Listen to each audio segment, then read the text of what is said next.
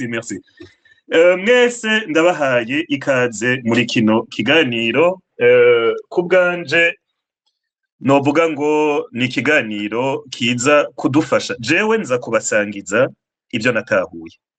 Nza kubasangiza resultat y'amarecherche menshi cane nagize. Ariko imbere yuko ndabasangiza izo resultat, mubanze munyemerere ndabashimire mwe mwese muri présent muri kino kiganiro. Ndabashimire n'umutima wanje wose kuko yataba mwebwe iki kiganiro nticari kuba kiriko kirakogwa. Yataba mwebwe mwe mudahari vraiment iki kiganiro ntaco coshikako.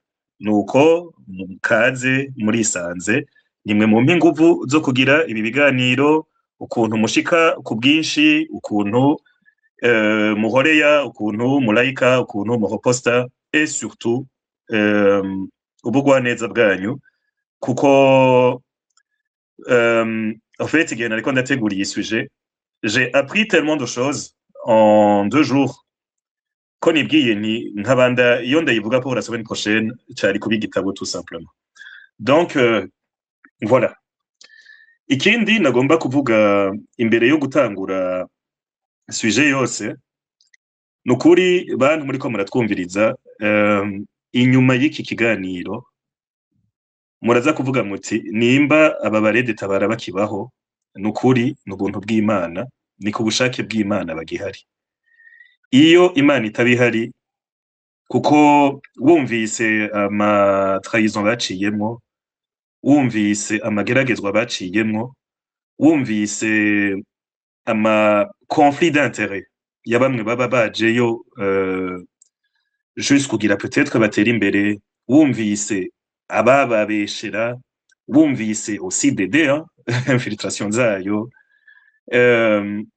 surtout d'ailleurs nk'umurundi tout simplement, wa murundi we uriko uratwumviriza, kuba ukiri muzima ndashimye Imana kukiri muzima. Wewe murundi unyumviriza, twaciye mu bintu vyinshi cane. C'est incroyable yuko kirya gihugu deja kicitwa Burundi. Voilà. Iyo niyo sentiment naronse ndiko ndumviriza ibintu vyinshi cane gose. So, ngira je vais juste vérifier si je change de fenêtre. Muracanyumva? OK, good. J'espère bien. Ngira ntangure ntuze yanje twinjire mu ntangamarara. Muti uno musi tuza kuyaga kubiki? Tuza kuyaga ca mbere na mbere,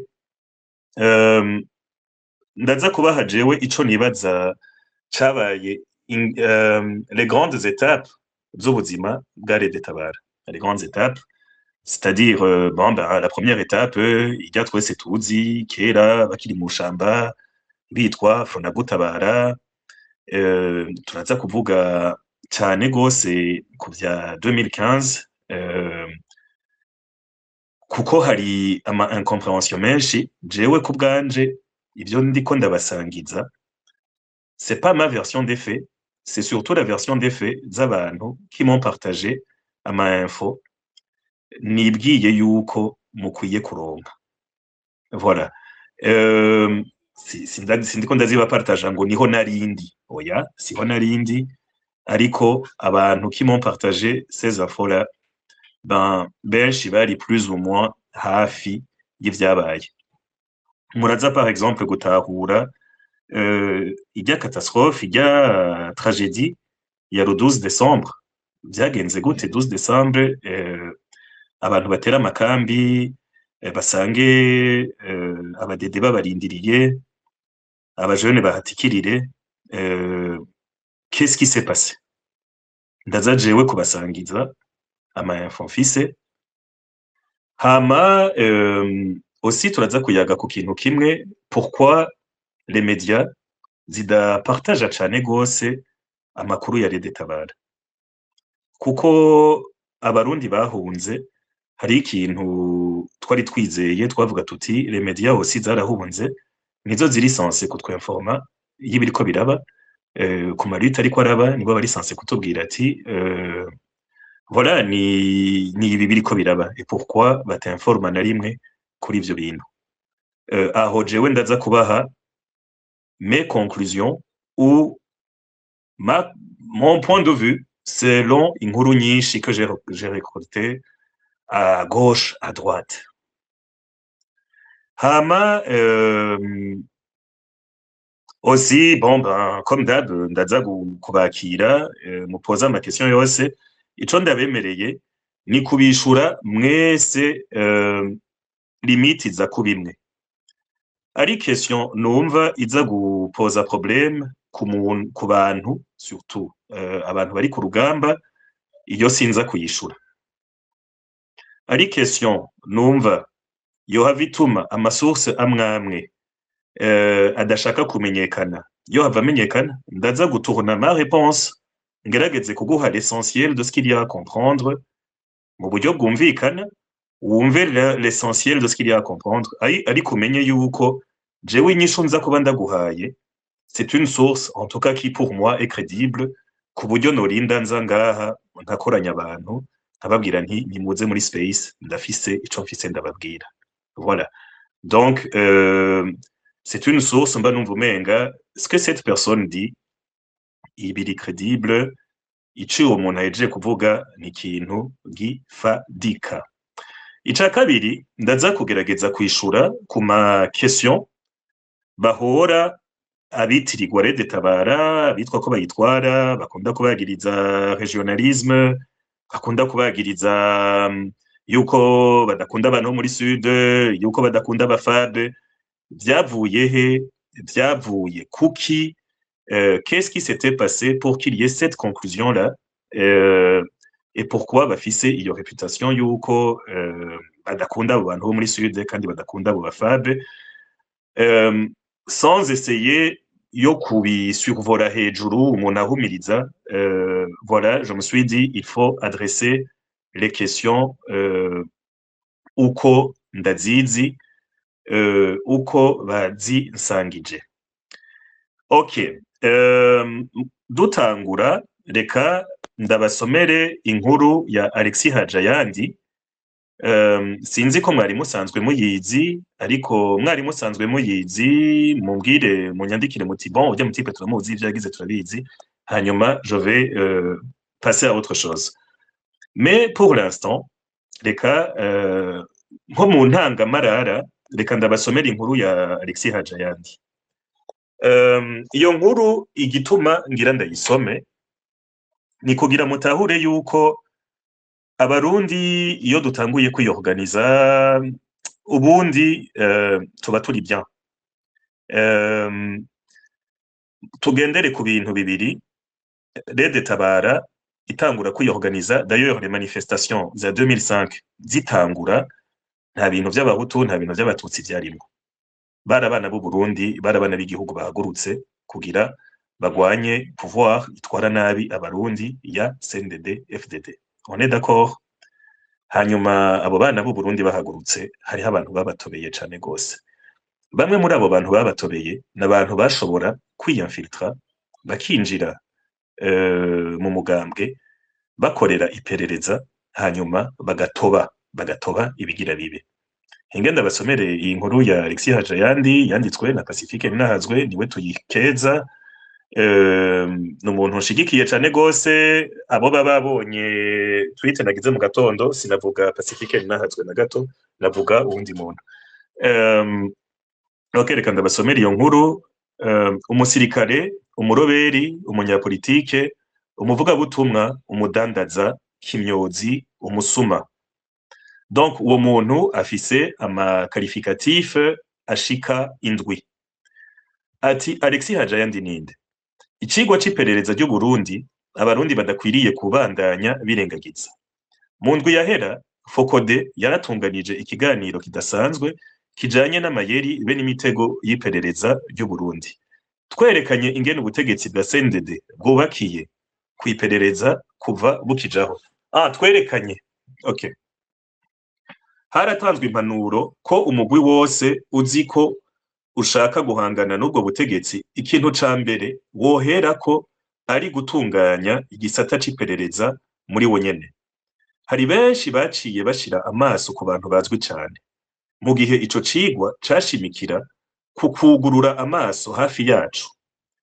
Bamwe bose ku rugero rwabo mu vyo barimwo. Ibiherutse gushika mw'ifatwa rya Dieudonné Niyukuri batazira Rabin na bagenzi we biza bishimangira iyi mpanuro. Iyi nkuru yerekeye umukozi w'iperereza Alexis Hajayandi. Inkuru yiwe irasa cane niyo muhisi Lambert Bitangimana yakoreshejwe cane gose n'iperereza ryo ku kirimba ca President Nkurunziza. Aratuma abatari bake bicwa abandi baranyuruzwa.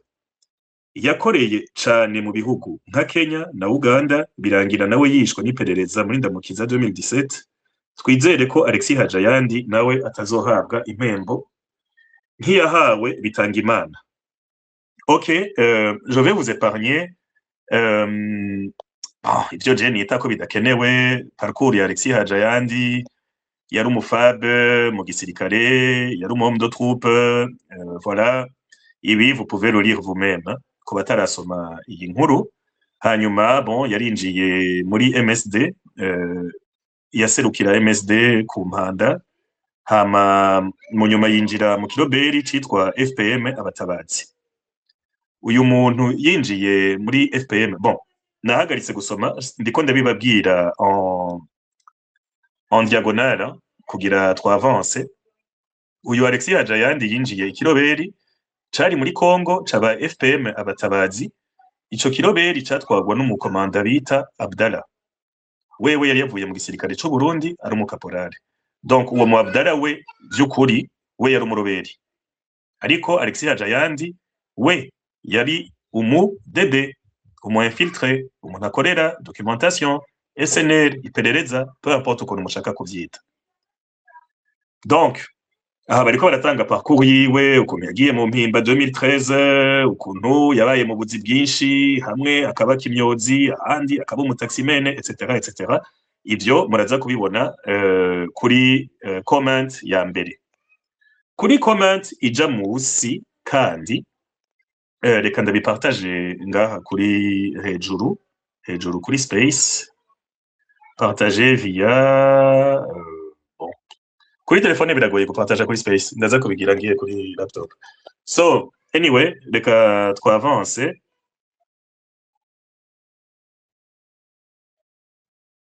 Okay. Hari uwanditse ati hano hariho umukozi w'iperereza yaje atari muri anonyma. Écoute, barahawe ikaze nibaze bumvirize birabasha. Kuko quelque part no mwiperereza nabo nyene barakunda ko informa aba opposant, abantu bari hanze, kuko nabo nyene bararambiwe no gutwagwa nabi na CNDD-FDD. Iyo abarundi bashonje ni bose baba bashonje, n'imiryango yabo ibishonje. Iyo imiti mu gihugu ibuze nabo nyene baba babuze imiti, iyo igitoro kibuze nabo nyene barabura. Donc aje ngaha kumviriza yabeshe chef wiwe ko aje kumviriza pour son chef, quelque part arabizi yuko twese tubabaye nawe arababaye. Nibareke kwibeshera canke bibesha, surtout kuri pouvoir ya Neva ahari ko arasonzesha umuntu wese yitwa umudede atari dans sa famille ou amukukira. Voilà, donc abadede baragowe, abo kwa Nkurunziza, abo kwa Bunyoni, abo kwa Reveria, bose birazwi ko bakubititse. Abaharawe twovuga yuko arabo kwa Neva. Iyo yari parenthèse. Reka tubandanye iki kintu ca Alexis Hajayandi twitonze. Donc chapitre ikenewe naha banditse ati umukozi w'iperereza. N'iryari Alexis Hajayandi yatanguye gukorana n'iperereza? Biragoye kubitora, ariko mu mabanga n'ibihe yaciyemwo ni henshi habonetse ukuboko kw'iperereza. Abo bakoranye muri MSD muri commune Mpanda bavuga igandagurwa rya Sugwavuba yatwara urwaruka rwa MSD. Yishwe ku itegeko ry'uwatwara umutumba Musenyi, uwo batazira amatabura. Amasoko yacu arakeka ko Sugwavuba yatanzwe na Alexis Hajayandi. Ageze mu ngabo za FPM abatabazi, Alexis Hajayandi avugwa mu bitero yatunganije byaba bigamije gufatisha no kwicisha urwaruka rwari muri uwo muhari, akabajana gutera atabivuganye n'abandi, akabatwara azi ko batagira inkoho zikwiye bakisanga baguye mu mitego. Haravugwa ingene yafashwe ubwa mbere agafungwa ukwezi kumwe gusa hama akarekugwa agasubira ku rugamba. Au fait yabagiye muri livraison. Iyo ni commentaire yanje entre parenthèses. Ni gute umukuru w'abaroberi atera igihugu agafatwa akaca arekugwa? Abo bari kumwe bakabifata ko bisanzwe. Je continue ma lecture. Mu gihe yari mu mpimba, Alexis Hajayandi ari mu barongoye igitero gikunze kuvugwa cabereye muri komine Kabarore mu Kibira. Sinzi ko muriko muravyumva. Umutipe yari mu mpimba, yari umu infiltré, ari mu donc il a commandé igitero cabereye muri komine Kabarore mu Kibira. Igitero cafatishije abantu benshi mu bari barahunze. Alexis Hajayandi yakomanda igitero ari mu mpimba. Iyo yari inzira yo kumenya amakuru yose. Benshi barakeka ko ayo makuru yaca ahabwa iperereza. Bien sûr. Bamwe mu bo bahoranye mu mpimba baratubwiye ingene barondewe n'abakozi b'iperereza rikabasanga hanze mu bihugu bagiyemwo, bose bagasanga ni Alexis Hajayandi yabatanze kwa yabahaye amatelefone yabo. Ku bari hanze, Alexis Hajayandi yama akoresha ubuhinga busa. Asaba ko bamuha indaro, hamwe akavuga ko azanwe n'ivugabutumwa ngo ashaka gushinga amasengero, ahandi akavuga ko aje gukora urudandaza. Aba yipfuza kubona neza aho abantu baba, akanamenya ivyo bagezemwo, mu nyuma iperereza rica ritangura akazi karyo. Iperereza rikunze kumuha ubuzi ahuriramwo n'abantu akamenya amakuru yabo. Ku badandaza mw'isoko canke kumwa imishatsi mu bice birimwo urwaruka ruzwi ko rudakunda CNDD-FDD. Imigwi ya Alexis Hajayandi akorerako cane n'abahoze muri MSD, abahoze bapfungiwe mu mpimba, be na bamwe ba SNL. Okay. Inkuru ya Alexis Hajayandi ndayigejeje aha kuko nimwaba mushaka gusoma la suite ndashobora kubashirirako yose canke le link.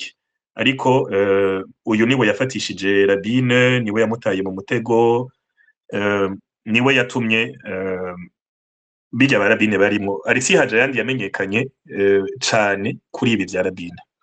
Ariko amabi yakoze yari asanzwe azwi kuva kera. Mashobora kwibaza muti kubera iki Reynolds ariko aravuga Alexis Hajayandi, kubera iki ariko azura kaboze, kubera iki atubwiye umuntu peut-être twese twari tuzi. Bon, ku batari bamuzi, donc voilà, ndabahaye valeur ajoutée y'ivyo mutari muzi. Ico mwomenya nuko nkuko hariho Alexis Hajayandi pour qui a infiltré Red Tabara, MSD, hariho umuntu gushika n'ubu akiri mu Burundi akorera iperereza ry'u Burundi atazwi, ariko wewe yakoze ibirenze ivyo Alexis Hajayandi yakoze. Ivyo mvuze yakoze birenze si mu neza, ni mu nabi. Uwo muntu yagize iki? Uwo muntu yafashije Rajabu ca gihe atoroka. Sinzi ko mwibuka Rajabu atoroka mu mpimba bikaba ibintu spectaculaire. Uwo muntu arafasha Rajabu, aratoroka, acaba un homme de confiance wa Rajabu. Kumbe yari umutego w'iperereza. Ni nkawe yari umuntu wa Rajabu mu Burundi, kuko après tout niwe yamufashije gutoroka. Ariko ico Rajabu atamenye nuko uyo muntu yari ameze nkuko kwa Alexis Hajayandi, yari umu infiltré wa CNDD-FDD. Uwo muntu Rajabu barahunga, baratangura forebu. Uyo muntu yorganiza za attaque za 2015 le 12 décembre. Bijya vyo gusuka abajeune kugira batera amakambi. Uwo muntu ntimwibaze ngo ndiko ndanyegeza izina ryiwe, yitwa Emmanuel Ndayiziga, aracaba mu Burundi akorera iperereza. igihe amakambi bayataka umuntu kiya organize ico gitero agasuka abawopoza ababwira ati genda mutere hajya ahantu dufiseyo abantu babarindiriye baza kubafasha yari umutego wa CNDD FDD abajene baragiye basanga ahubwo abantu abasirikare barabarindiriye bafise ama machine gun barabatatariza ibara riragwa kwari ukutamenya nkuko habaye iyo atake y'Ikabarore ikozwe na Alexis Hajayandi abantu barafatwa biba ibara riragwa abantu bagwa mu mporero ico gihe abantu bari bakiri infiltré abantu ntibamenya ivyabaye nico gituma ntanguye iyi space nababwiye nti mukabona umurede tabara akibaho akiri muzima umuhepore umubwira uti waciye muri vyinshi mwari mwarabaye infiltré amakuru menshi mfise nuko bobo ils ont fait le ménage nta infiltration bagifise bameze neza bon namakuru jewe mfise wewe ni wabuzi ko bari infiltré canke ufise ama info ku bantu ba infiltré s'il te plaît partage tes infos habe cross checking hanyuma abarundi bakire CNDD na infiltration zayo so ndabandanya uyo muntu biravugwa amasource yanje uko ambwira bambwira ko ari we yasutse barajabu hamwe n'umusirikare yari yitwa Edouard yatwara Forebu arabasuka ababwira ati hari abarundi benshi babarindiriye hari ibintu tworganije barabarindiriye ni mugende muri Tanzanie tworganize urugamba à partir de là-bas bagiyeyo basanga n'umutego w'iperereza amasource yanje ambwira ko uyo muntu arimwo mu babafatishije hama barabatwara mu Burundi hama voilà barabura irengero ryabo rirabura mes sources me disent que ils ont probablement été éliminés kuri uyo muntu yitwa Emmanuel Ndayiziga akorera iperereza mu Burundi bon ni habari aba Emmanuel Ndayiziga 10 je ndiko mvuga ukorera iperereza arazwe voilà so ayo niyo makuru jewe bansangije kubera iki ndiko ndababwira ico kintu ca infiltration nuko CNDD-FDD irafise 3 formes ndazita les triangles irafise uburyo butatu ikura amakuru mu bawopoza uburyo bwa mbere nubwo ndababwiye hari unyandikiye ati bon okay ndagira mvuge ntimureke kunsamaza ariko uyu wewe bon ageze neza kupoza question namwe écoutez si vous voulez kumpoza ama question kuri WhatsApp okay allez-y mais iba ari question iri réelle ambwiye ati Reynolds urihenze uwadandaje ba Edouard Nirajab oyaye bon ntavyo nzi ariko jewe mes sources zimbwira ahubwo ko Narajabu yadandajwe n'uyo muntu yari yizeye cane gose yamufashije gutoroka nizo source mfise niho ngeza gupusa niho basi muvyite ko ariho ubwenge bugera mwebwe mufise source zanyu zibemeza ko Rajabu ariwe yadandaje Edouard mugabo we yaciye akira miraculeusement mugabo acara disparaître depuis ce jour partagez vos sources. Bon, non, pas partagez vos sources, partagez votre argumentaire. Koko nanje ngaha, je vais pas partager mes sources. Mugabo, j'espère que umunsi umwe ama organisation nka Ligiteka canke ba Fokode canke APRODH bazogira enquête iri poussée kuri Emmanuel Ndayiziga nkuko bagize enquête iri poussée kuri Alexis Hajayandi. Bon, probablement baragize enquête mais basi ndabasavye kuzopublia izo enquête bazipublie abantu bavuge bati ok bon nabo nyene bazopublia enquête bakubwira ati selon nos sources nibi vyabaye voilà Donc ndishuye donc kuri mon ami ambwiye ati wihenze ni naka yabadandaje. euh, jewe je suis venu partager des infos y'ama source que je trouve très crédible, zimwe na zimwe ziba ziri très sûr et au fait de la chose, donc baba vraiment babizi cane. Voilà, uyo mu Emmanuel Ndayiziga yaragize um, impact mbi cane gose ku kuntu forebu yagenze. Kubera iki? Forebu itangura abantu benshi barayizeye, barayikurikiye. Kubera iki? Bavuga bati iki ni igisoda gifise experience. Um, aba bantu barize ivyo kurwana, abantu benshi barabihurudukiye, barabijamwo à juste titre je pense, kuko bavuga bati ces mecs là ils ont de la technicité. Abafabe ntibigeze batsindwa intambara en tout cas na Dede. Aba bantu boronka ubufasha botera imbere. Abantu benshi barakotije baravyinjiramwo, haratangura forebu. Les têtes za forebu bon ugumye nyandikira sinza kubi ati ok bon ok, uyu n'umuntu yahora agwana kera ariko bambwira ko Alexis Hajayandi atinjiye muri FPM. Non non, en tout cas ndaguhaye mes sources par exemple iyi mpeje gupartaja bantuze banditse ba Pacifique baravuga neza yuko Alexis Hajayandi yarinjiye muri FPM abatabazi aragira attaque z'uburofa atabwiye abacifu biwe, abantu baratera, abajene barafatwa barafungwa benshi baricwa, we wafunga ukwezi kumwe aca arisubirira inyuma. Ofete ni nkuko yabagiye kuzana abantu akabarivra akabatanga akabasheta. So reka twavance quand même, surtout si vous avez vraiment des questions, emera muduge hejuru mupoze ama question, mureke kwandika inbox, ça me faciliterait la tâche. Ati Emmanuel n'uyu aheruka kugirwa inspecteur général agent de la police, et niyaba yitwa Ndayiziga c'est peut-être lui. Gerageza, je vais me renseigner un peu plus, hanyuma je vous tiens au courant. Urumva ca nandikira source yanje nkabaza.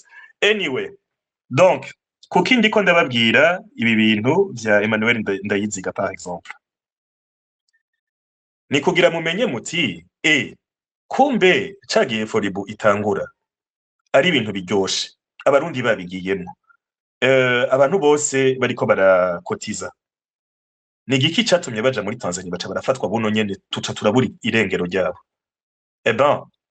Hariho uwo mudede yari yakinya akajede araganya confiance très tôt kuri irya évasion spectaculaire, mais irya évasion spectaculaire niyo yakreye malheureusement iyi capture canke iyi kidnapping inattendu.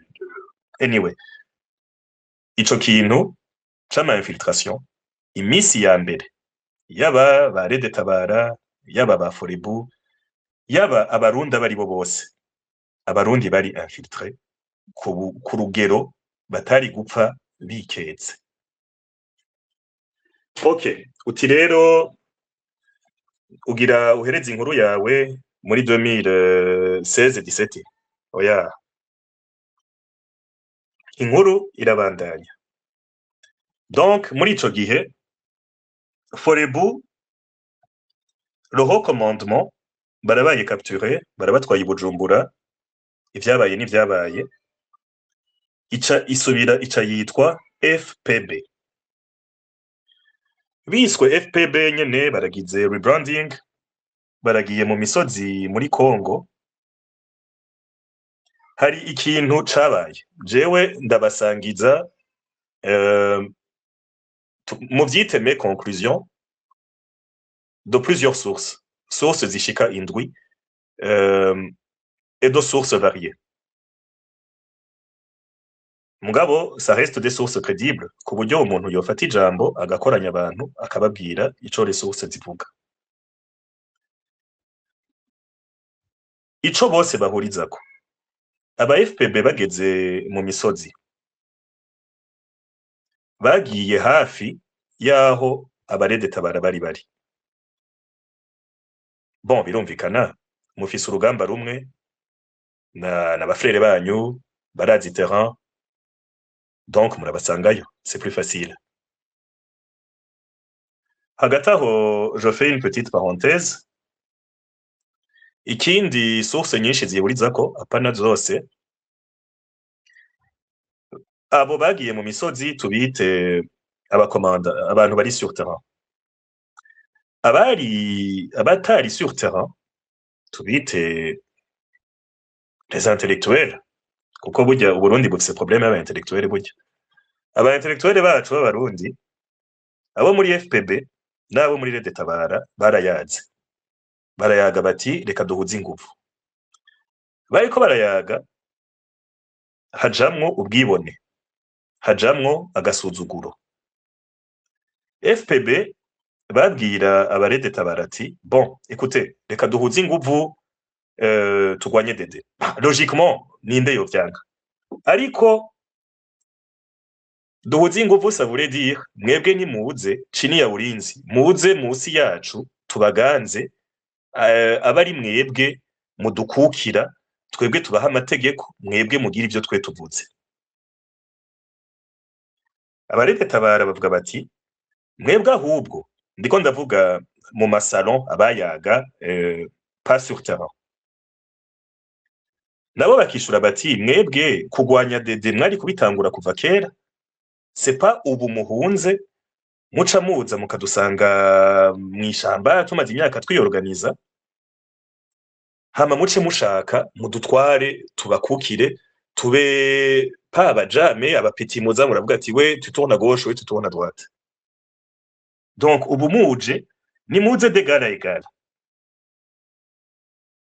Ico iyo yarabaye pierre d'achoppement, kuko abantu benshi bavuga bati nabo ba FPB babishura bati twoza d'égal à égal gute mumaze iyi myaka yose ata atake ifadika iba, ata mudatsinda ku rugamba. So ça ce sont des conversations qui m'ont été rapportées. Ufise ayandi masource, ufise ukundi kuntu abibona, ufise ukundi kuntu avyumva, tu es libre gufata ijambo ukatubwira uti non, ofete muri iyo nama naka yaciye avuga ibi, naho nyene mukabidusangiza. Voilà. Donc sur le plan intellectuel, bilanse ko bahuza yuko bokorera hamwe, ce qu'on aurait tous souhaité, mais la réalité est telle que balance kuba intellectuel. Ni giki cabaye kuba commandant tuvyite mw'ishamba canke kuri terrain canke ego merci kumbwira merci ariko mwanditse haca haza ama notification, nimwandike ngaha kuri commentaire. OK. Ni giki cabaye kuri terrain?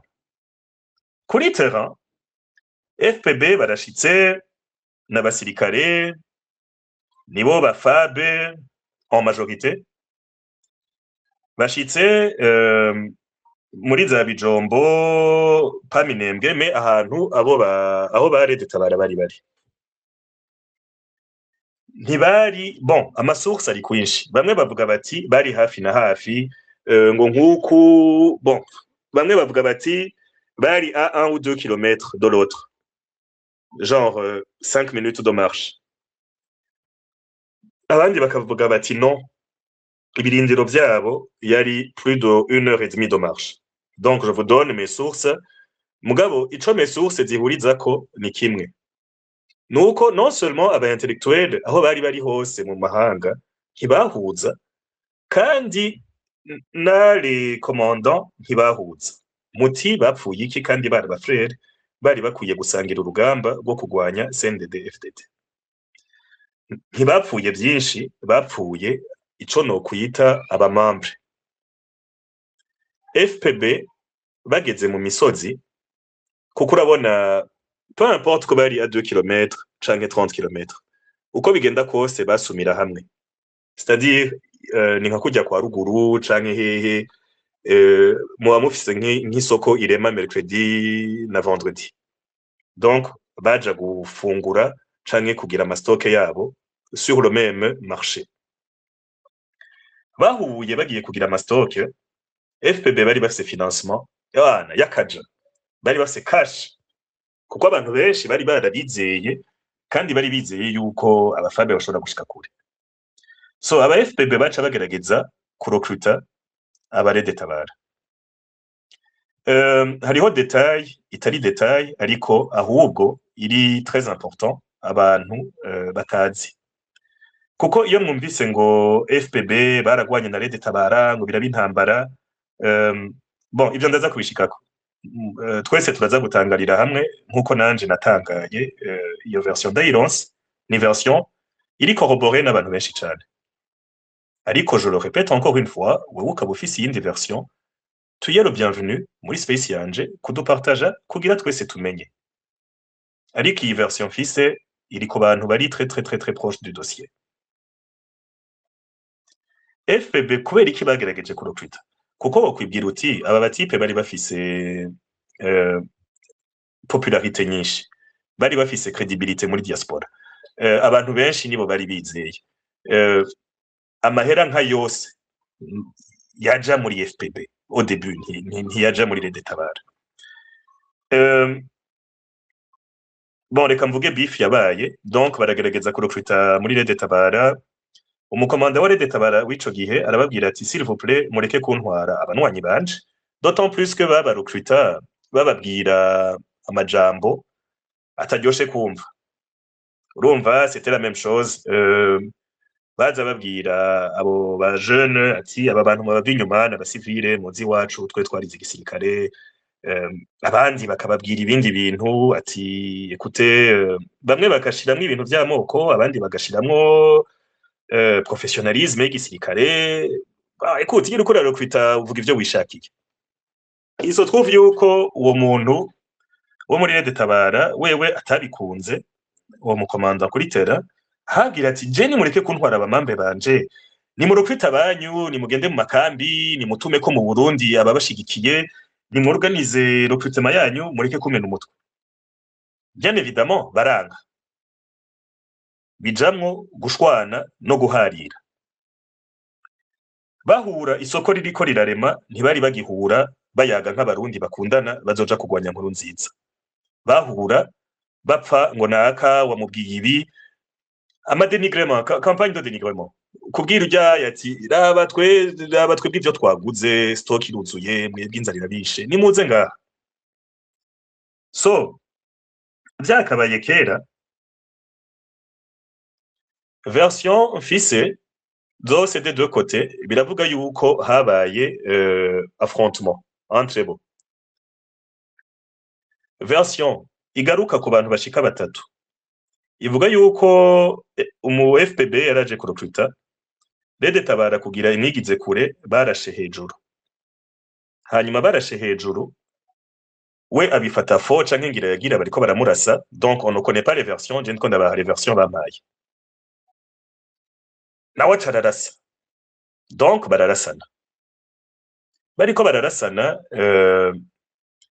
haraba ba FPB 6 babaye capturé, et je pense nka batatu baba baritavye Imana muri ivyo bintu, hamwe n'aba rede tabara babiri ubangahe bapfuye muri izo affrontement. Aho niho umuntu aca yibaza ati attends, ba basirikare baba professionnel baratsinzwe urugamba? Kuko ça c'est aussi une grosse question que tout le monde se posait à l'époque. Kavuga uti bon, ko bashwanye ko batahuje c'est une chose, mais umusirikare yagwanye n'umusivile, umusirikare yakubiswe, vyagenze gute? En fait il y a un détail qui n'est pas si un détail que ça abantu batigeze bavuga. FPB ico gihe bari mu misozi, effectif yabo bari entre 30 et 58, pas plus. Ndabisubiriyemwo. Malgré tous les financements bari bafise, malgré espoir sur papier, y'abakomando bari formés, sur terrain, bari, voilà, une trentaine jusqu'à 50 combien. ils n'avaient pas, à ce moment-là, peut-être réussi à convaincre plein de personnes kugira babarejoigne. C'est une possibilité. Nibishika. Ariko, bon, ndiko ndabapartage mon avis personnel. Je ne vais pas faire que vous partagez des versions abantu bambwiye. Ariko, ico gihe ntibari benshi nk'uko muri imaginaire yanyu mwari muvyibaza. Kuko ndiko ndategura sujet, ko muba waronse amakuru nk'aya, muba uriko urabaza amakuru y'uwo muntu w'iyo perereza, ugasanga nk'abo bafise amakuru y'uwo muntu w'iyo perereza ntibari bazi, dufate ivyo effectif ya FPB. Naragize aka mini sondage, d'ailleurs nari nashatse kugira iyo sondage space itangura, ariko nibwiye ko bidakenewe kubera abarundi bari susceptible kandi benshi bari kubifata nabi. Ariko à l'époque jewe ndibuka numva ngo Red Tabara yagwanye na FPB, mu mutwe wanje nagira bara abantu minimum 600, kandi sinumva ukuntu abantu b'abakomando nka 600 baba bakubiswe, kandi mukubiswe hakaba capturer abantu 6 hagapfa 3 personnes muri 600. Écoute, muba musigaranye peut-être 500 quelque chose. Urugamba rashobora kubandanya, mukashiraho ama réseau de recrutement, ama réseau d'exfiltration, mukarondera abakongomani bangahe bakira bangahe ku mafrontiere yahe, abandi baryamika abantu mu mazu, igihe nk'abakongomani baba bagize imikwabu tusa mukiorganiza. Mais ico gihe biba kuri terrain ntibashika 50. Uzoguha yandi mashifre. Bon, écoute, umuntu wese ashobora kuguha chiffre yikuriye mu mutwe, ariko mwebwe nimwabaza abantu qui étaient très proches yabo, atavyo uburangamutima birimwo, bazoshobora kubabwira ko effectif ari ntoyi cane. Donc, drame yashikiye FPB nuko les espoirs zari nyinshi hajya hejuru nka bourse, ariko sur terrain bari bake cane. Et ikindi cashitse kitaryoshe c'abarundi, bashitse bashwana na bene babo. Harabaye ama écart de langage, harabaho gukomeretsanya mu majambo, hama bica biherera mu kurasana. Ndasubiriyemwo kandi disclaimer, niyo version naronse ku bantu bari très proche y'ayo madosiye, kandi ntumva intumbero y'igituma boba barambeshe kuri ivyo bintu, kuko ni ibintu twese twavuga tuti, et d'ailleurs kuki bagwanye, quelle était la raison? Donc raison y'igituma bagwanye, y'igituma bashwanye, niyo jewe naronse namenye. Ok, on continue. Donc, ivyo ça répond aussi ku ma accusation menshi bakunda gukora ku ba Red Tabara, yuko badakunda abafade, yuko badakunda abantu bo muri Sud.